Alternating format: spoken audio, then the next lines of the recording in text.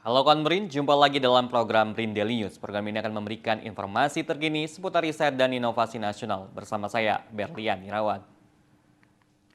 Brin Daily News kali ini akan menyajikan informasi terkait Brin siapkan obat anti-infeksi dari sumber daya alam hayati, peluang geomedis terhadap kesehatan manusia, Brin terapkan blockchain untuk mengamankan identitas digital.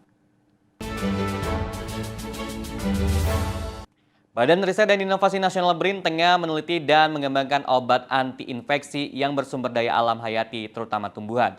Untuk pengobatan penyakit infeksi, Wakil Kepala BRIN Amarullah Oktavian menjelaskan penyakit infeksi yang terus menunjukkan adaptasi memerlukan pendekatan pengobatan yang cermat dan inovatif untuk menyosialisasikan penemuan dan pengembangan kandidat obat baru penyakit infeksi.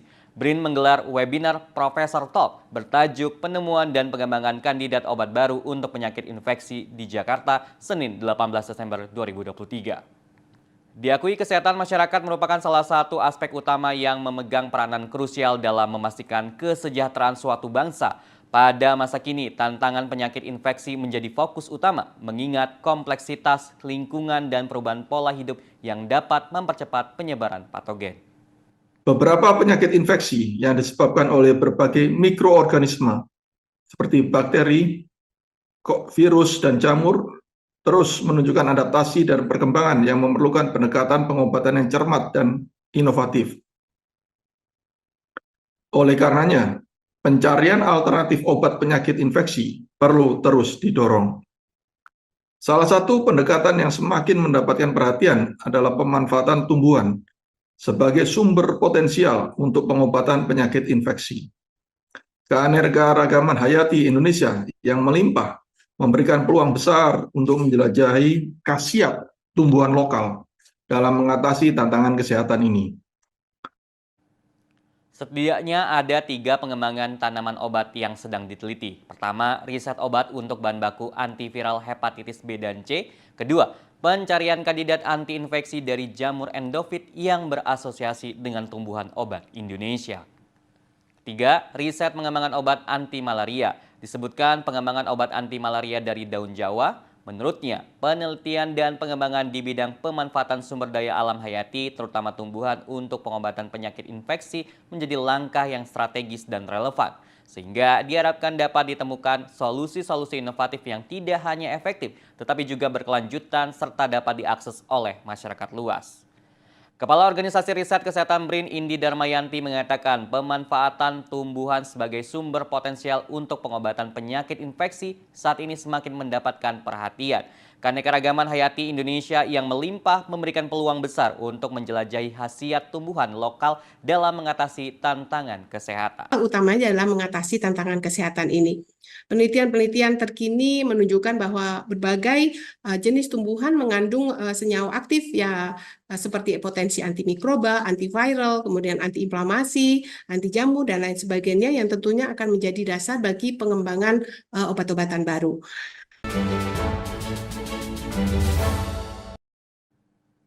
Indonesia dapat dijadikan sebagai contoh geologi medis karena berada di cincin api Pasifik. Hal tersebut jelas berdampak bagi lingkungan di sekitar, khususnya masalah kesehatan. Geologi medis atau geomedis merupakan studi tentang hubungan antara lingkungan dan kesehatan. Namun, kemampuan penggunaan dalam mengeksplorasi isu-isu kesehatan masih belum terjawab dengan baik, sehingga mendapat perhatian lebih untuk mendalami ilmu geomedis. Pada gelaran Bisan Bangga yang digelar oleh BRIN Senin 18 Desember 2023 secara daring mengupas peluang dan tantangan geomedis di Indonesia. Dalam acara tersebut, peneliti ahli muda Pusat Riset Sumber Daya Geologi BRIN, Rios Tantieka Mayandari Sudarto, menjelaskan cabang ilmu geologi yang berkaitan geomedis dilihat dari unsur dan proses geologinya, sehingga hal tersebut memengaruhi kesehatan manusia.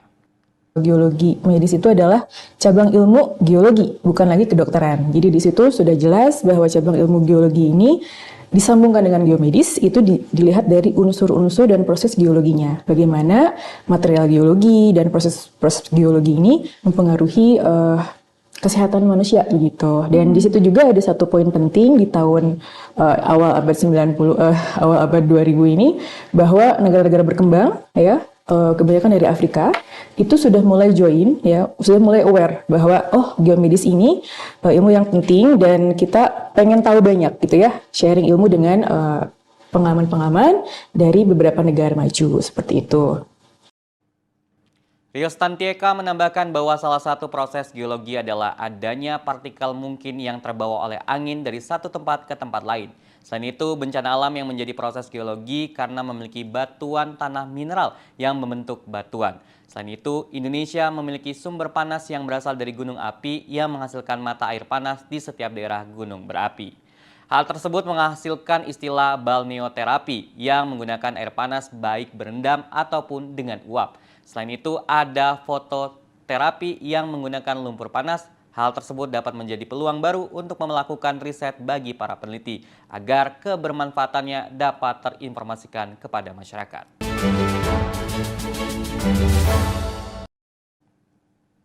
Inovasi blockchain memiliki peran kunci dalam meningkatkan keamanan data digital. Dengan sifatnya yang terdesentralisasi, blockchain mengurangi resiko manipulasi atau kebocoran data karena tidak ada satu entitas tunggal yang mengendalikan seluruh jaringan. Struktur blok yang terkoneksi secara kriptografis memastikan keamanan transaksi membuatnya sulit untuk dimanipulasi.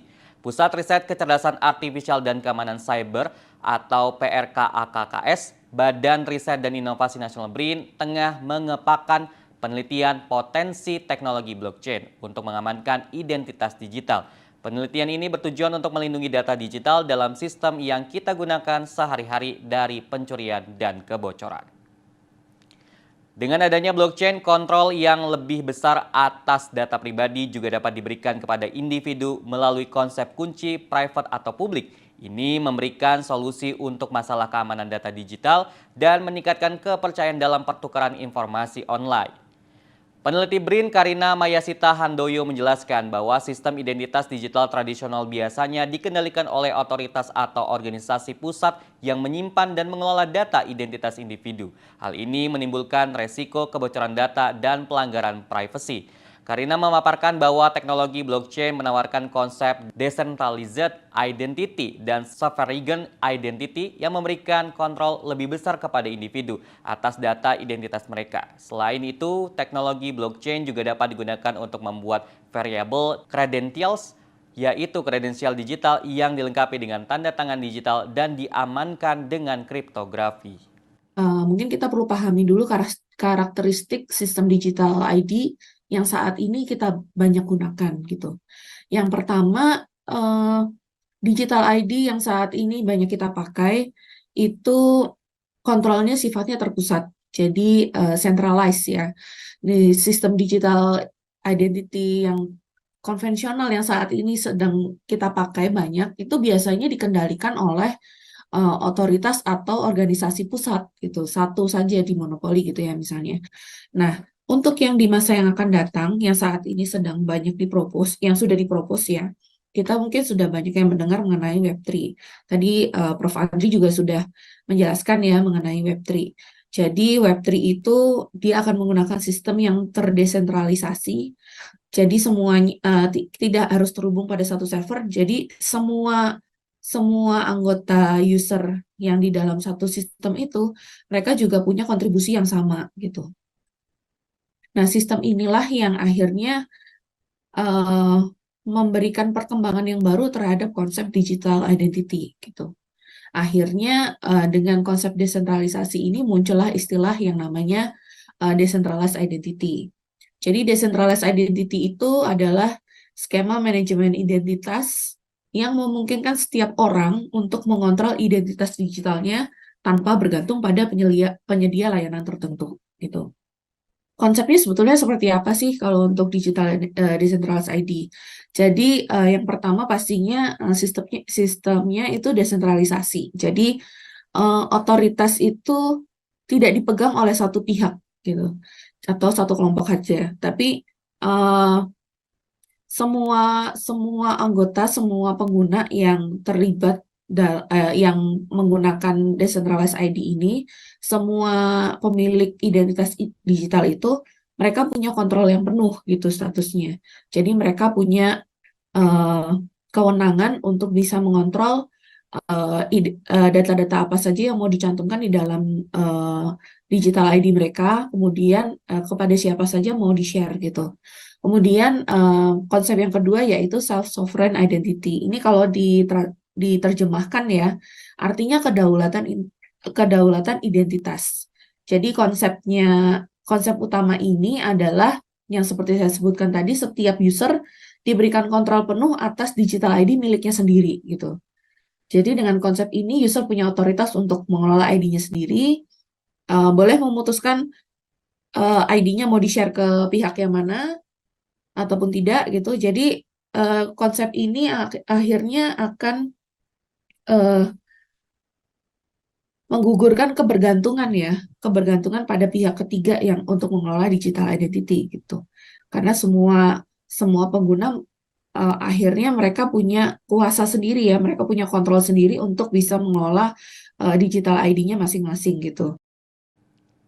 Karina berharap penelitian ini dapat menjadi dasar pengembangan sistem identitas digital nasional yang aman dan melindungi privasi masyarakat Indonesia. Dengan terus berkembangnya inovasi dalam teknologi blockchain, kita melihat potensi besar untuk meningkatkan keamanan data digital dan melawan tantangan cyber. Keunikan struktur terdesentralisasi dan penggunaan kriptografi yang canggih menjadikan blockchain sebagai alat yang kuat dalam melindungi informasi sensitif.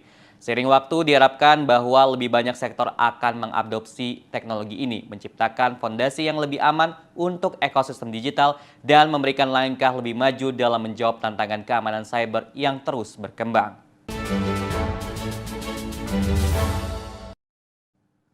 Kawan Berin, terima kasih telah bergabung bersama kami di Berin Daily News. Nantikan informasi terbaru kami dalam program Berin TV lainnya. Tetap jaga kesehatan dan selalu inovatif. Saya Berlian Irawan, sampai jumpa. Kritis berpikir, kreatif berinovasi.